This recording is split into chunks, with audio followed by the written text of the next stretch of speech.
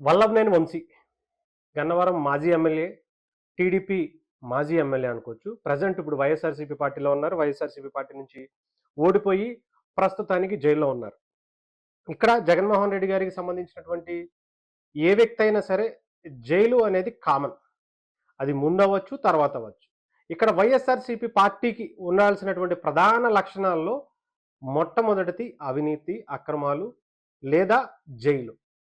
దీని ప్రాతిపాదికనే ఎక్కువగా దానికి సంబంధించి ఉన్నటువంటి నాయకులందరూ కూడా ఫస్ట్ దాని నుంచే స్టార్ట్ అవుతారు. లేదా దాంట్లోకి వెళ్ళి ఎండ్ అవుతారు. ఇది మాత్రం పక్కా జరగాల్సినటిదే. ఎందుకంటే జైలుకి వెళ్ళాలి లేదా ఎళ్లి రావాలి. ఇది 2 ప్రధానమైనటువంటివి అయితే మిగతావి మీకు ఇందాక చెప్పాను కదా! ఏదో ఒకటి అంటే అవినీతి చేయాలి, లేదంటే మర్డర్‌లు, మానభంగాలు మినిమమ్ అయినా సరే దాంట్లో ఎలిజిబిలిటీ ఉండాలి వైఎస్ఆర్‌సీపీ పార్టీకి. ఇకపోతే అటు జగన్మోహన్ రెడ్డి గారు నిన్న ములాఖత్‌లో మిలాఖత్ అయ్యి, ఆయన ఏదైతే గతంలో చేసినటువంటి వ్యాఖ్యలు ములాఖత్‌లో మిలాఖత్ అయ్యి, అటు వల్లభనేని వంశీ గారిని కలిసి వచ్చిన తర్వాత మరి ఆయనకి ఏం మాట్లాడుతున్నారేంటో మనందరికీ సరిగ్గా తెలీదు గానీ, ఇక్కడ ఆయనకి వల్లభనేని వంశీ గారు చాలా ఘాటైన సమాధానం ఇచ్చారట. ఒక్కసారి అది సోషల్ మీడియాలో వైరల్ అవుతుంది. ఒకసారి వినిపిస్తా.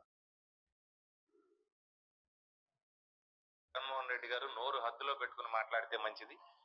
నేను చాలా సీరియస్ గా చెప్తా ఉన్నా. ఇంత విలువలు దిగజారిపోయిన వ్యక్తి రాజకీయాల్లో శాసనసభ్యుడిగా కూడా పనికిరాడు. ప్రతిపక్ష నేతగానే కాదు, అతను వార్డు మెంబర్ గా కూడా పనికిరాడు. అతను నమ్ముకున్న వాళ్ళందరూ కూడా ఒక సంవత్సరం తర్వాత వాళ్ళందరికీ ఆయన ఎట్టుపోతాడో, ఏ తిహార్ జైలుకు పోతాడో, ఇంకే జైలుకు పోతాడో, వీళ్ళే జైలుకు పోతారు అనేది కూడా చరిత్ర చెబుతుంది. మీరు ఎట్లాగూ జైలు పాలయ్యారు.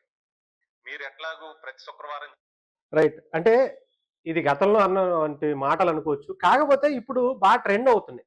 అంటే తెలిసి తెలిసి కావాలనే జైలుకి వెళ్ళాలనే ముందే ప్రణాళికబద్ధంగా వెళ్లారా? లేదంటే జగన్మోహన్ రెడ్డి గారిని ఎవరు ఏం తలుచుకున్నా సరే జైలు ఒకటే ప్రత్యక్షం అవుతుందా అనుకునే తరహాలో ఉంది.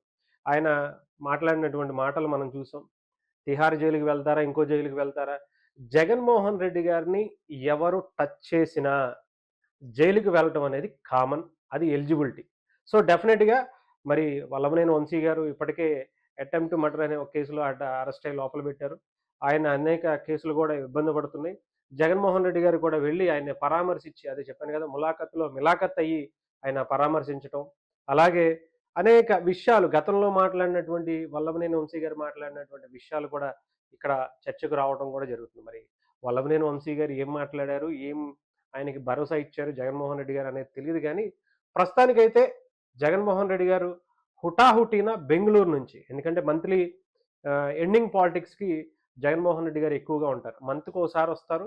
ఒక 2, 3 రోజులు అయితే ఏదన్నా ఒక మంచి శవరాజకీయం కోసం వెయిట్ చేస్తారు. లేదా ఇలాంటి జైలుకి సంబంధించినటువంటి పరామర్శల కోసం మిలాఖతులు అవ్వటానికి వచ్చే ప్రయత్నం చేస్తారు. ఇంకొకటేంటంటే మూడోది నేను ఇక్కడే ఉన్నాను కంగారు పడకండి. మీరెవరు బాధపడొద్దు. మనం డెఫినిట్‌గా అధికారంలోకొచ్చేస్తాం. మరి 30 ఏళ్ళు మనమే అనుకునే ఒక భ్రమలోకి మిగతా నాయకులందరినీ కూడా తీసుకురావాల్సిన అవసరం ఉంది.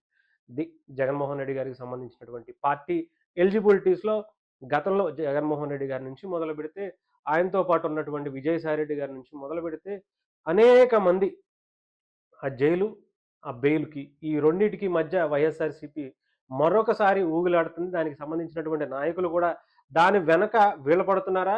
జైలు వెనక లేదంటే ఆహ్, వీళ్ళ వెనక జైలు పడుతుందా అనేది తెలియట్లేదు కానీ డెఫినిట్‌గా ఒక అండర్‌స్టాండింగ్‌తో జగన్మోహన్ రెడ్డి గారి వారసత్వాన్ని కొనసాగిస్తున్నట్టుగా వైఎస్ఆర్‌సీపీ పార్టీకి సంబంధించినటువంటి నాయకులుగా వీళ్ళని కూడా అభినందించాలి. జగన్మోహన్ రెడ్డి గారు నేనొక్కడినే కాదు నువ్వు కూడా నా దారిలోకి వచ్చావని చెప్పి గర్వంగా ఎళ్లి భుజం తట్టి Vallabhaneni Vamsi welcome to our jail team అని చెప్పేసి ఆయన్ని అభినందించినట్టుగా తెలుస్తుంది. సో, ఇది ఎంతమైనా సరే వైఎస్ఆర్‌సీపీ మరి నెక్స్ట్ కొడాల నాని గారు కూడా పక్కనే ఉన్నారు. ఆయన కూడా వెయిట్ చేస్తున్నట్టుగా తెలుస్తుంది. కంగారు పడకు నెక్స్ట్ నీకు కూడా అవకాశం వస్తదని జగన్మోహన్ రెడ్డి గారు ఆయనకు కూడా భరోసా కూడా ఇచ్చారట. మరి రేపొద్దున అది ఎప్పుడు ఏంటి అనేది కొద్ది రోజుల్లోనే తెలియాల్సి ఉంది. మరి వాళ్ళ అటు కొడాల నాని గారు మరి ఎలాంటి పరిస్థితి ఉంటదనేది కూడా చూడాలి.